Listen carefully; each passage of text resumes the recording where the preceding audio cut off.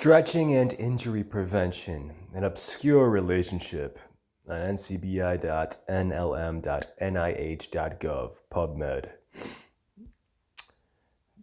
In the Sports Medicine 2004, abstract, it is generally accepted that increasing the flexibility of a muscle tendon unit promotes better performances and decreases the number of injuries.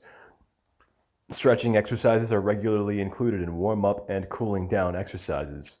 However, contradictory findings have been reported in the literature. Several authors have suggested that stretching has a beneficial effect on injury prevention.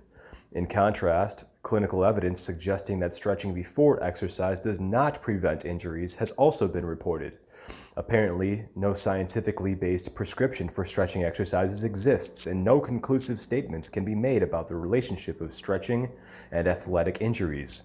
Stretching recommendations are clouded by misconceptions and conflicting research reports. We believe that part of these contradictions can be explained by considering the type of sports activity in which an individual is participating.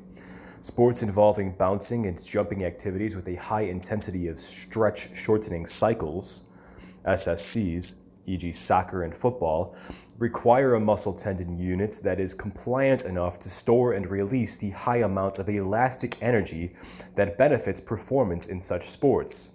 If the participants of these sports have an insufficient compliant muscle tendon unit, the demands in energy absorption and release may rapidly exceed the capacity of the muscle tendon unit. This may lead to an increased risk for injury of this structure. Consequently, the rationale for injury prevention in these sports is to increase the compliance of the muscle tendon unit. Recent studies have shown that stretching programs can significantly influence the viscosity of the tendon and to make it significantly more compliant. And when a sport demands SSCs of high intensity, or stretch shortening cycles, stretching may be important for injury prevention. This conjecture is in agreement with the available scientific clinical evidence from these types of sports activities. In contrast, when the type of sports activity contains low intensity or limited SSCs, examples jogging, cycling, swimming, there is no need for a very compliant muscle tendon unit since most of its power generation is a consequence of active, contractile muscle work that needs to be directly transferred by the tendon to the articular system to generate motion.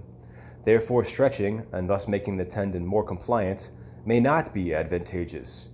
This conjecture is supported by the literature, where strong evidence exists that stretching has no beneficial effect on injury prevention in these sports. Possibly because I would say there's not much chance for injury in those sports. In the sports where there's a higher chance of injury, stretching can help prevent injury. If this point of view is used when examining research findings concerning stretching and injuries, the reasons for the contrasting findings in the literature are in many instances resolved. So this one's in 1985, warming up and stretching for improved physical performance and prevention of sports-related injuries. Abstract, competitive and recreational athletes typically perform warm-up and stretching activities to prepare for more strenuous exercise. These preliminary activities are used to enhance physical performance and to prevent sports-related injuries.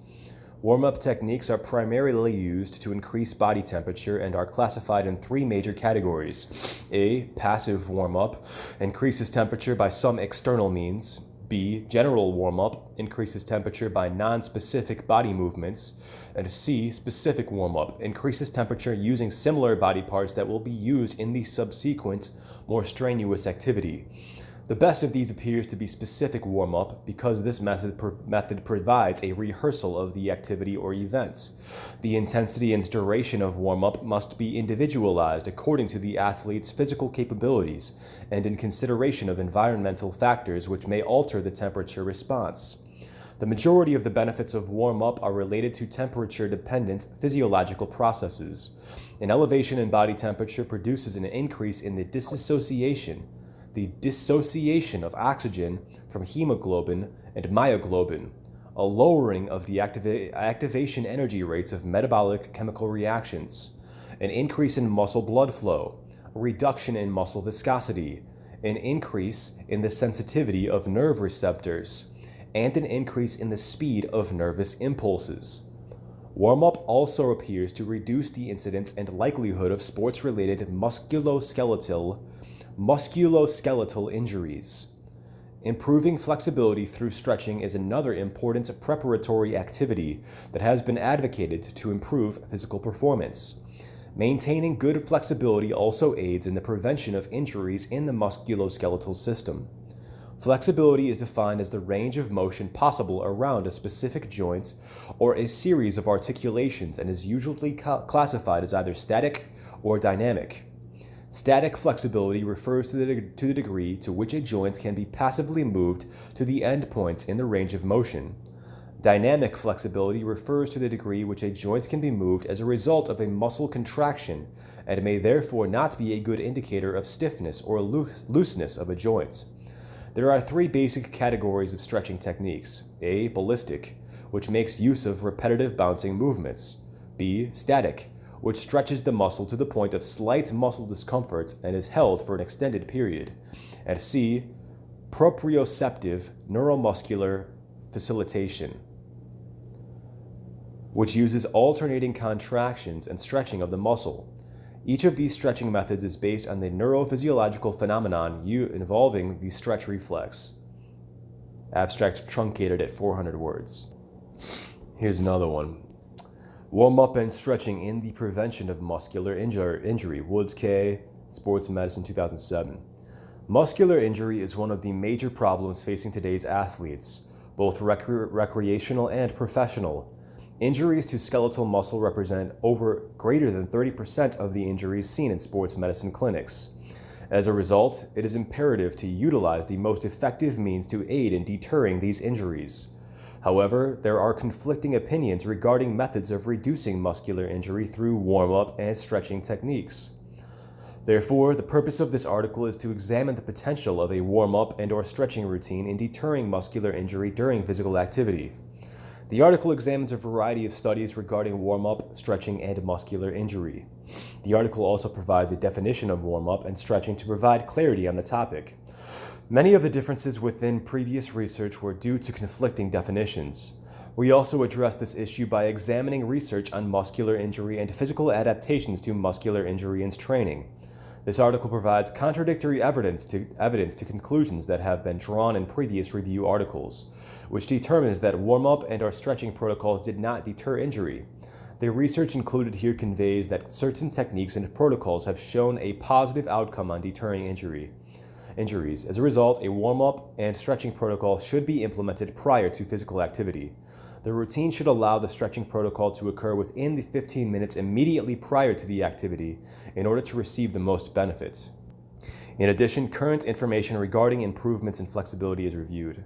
And another one, musculotendinous injuries are responsible for a significant proportion of injuries incurred by athletes. So this is warm-up and muscular injury prevention, an update in 1989. Many of these injuries are preventable. Importantly, musculotendinous injuries have a high incidence of recurrence. Therefore, muscle injury prevention is advocated by coaches and trainers.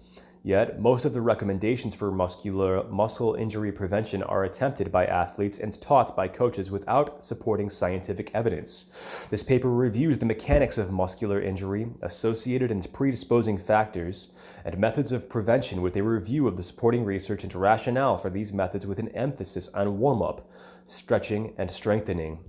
Muscles that are capable of producing a greater force, a faster contraction speed, and subjected to a greater stretch are more likely to become injured. Many factors have been associated with muscular injury. From current research, some conclusions and recommendations for muscle injury prevention can be made. Overall and muscular conditioning and nutrition are important. Proper training and balanced strengthening are key factors in prevention of musculotendinous injuries as well. Warm-up and stretching are essential to preventing muscle injuries by increasing the elasticity of muscles and smoothing muscular contractions. Improper or excessive stretching and warming up can, however, predispose to muscle injury. Much research is still needed in this important aspect of sports medicine. And now this one, 2010, to stretch or not to stretch, the role of stretching in injury prevention and performance. McHugh, MedSci Sports. Stretching is commonly practiced before sports participation. However, effects on subsequent performance and injury prevention are not well understood. There is an abundance of literature demonstrating that a single bout of stretching acutely impairs muscle strength, with a lesser effect on power. The extent to which these effects are apparent when stretching is combined with other aspects of pre-participation warm-up, such as practice drills and low-intensity dynamic exercises, is not known. With respect to the effect of pre-participation stretching on injury prevention, a limited number of studies of varying quality have shown mixed results. A general consensus is that stretching in addition to warm-up does not affect the incidence of overuse injuries. There is evidence that pre-participation stretching reduces the incidence of muscle strains, but there is clearly a need for further work. Future prospective randomized studies should use stretching interventions that are effective at decreasing passive resistance to stretch and assess effects on subsequent injury incidents in sports with a high prevalence of muscle strains. So this is interesting. Time course of changes in vertical jumping ability after static stretching. Brandenburg, J. in Sports Physiology Performance, 2007. The purpose is to examine the acute effects of static stretching on counter-movement vertical jump, CMVJ ability, and monitor the time course of any stretch-induced changes. Anyway, the conclusion is, in comparison with the no activity control, static stretching resulted in similar reductions in CMVJ, or counter movement vertical jump. So you just jump as high as you can. You squat down and you jump up as high as you can. Counter movement vertical jump ability when examined over the same time course.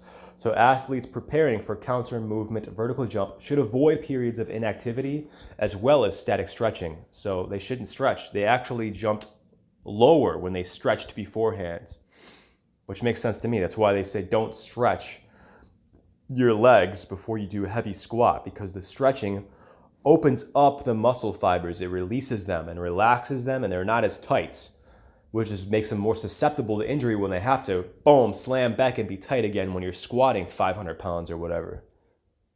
Man, to buy the article, it's $50 to buy the article. That's wild. Lots of references, though.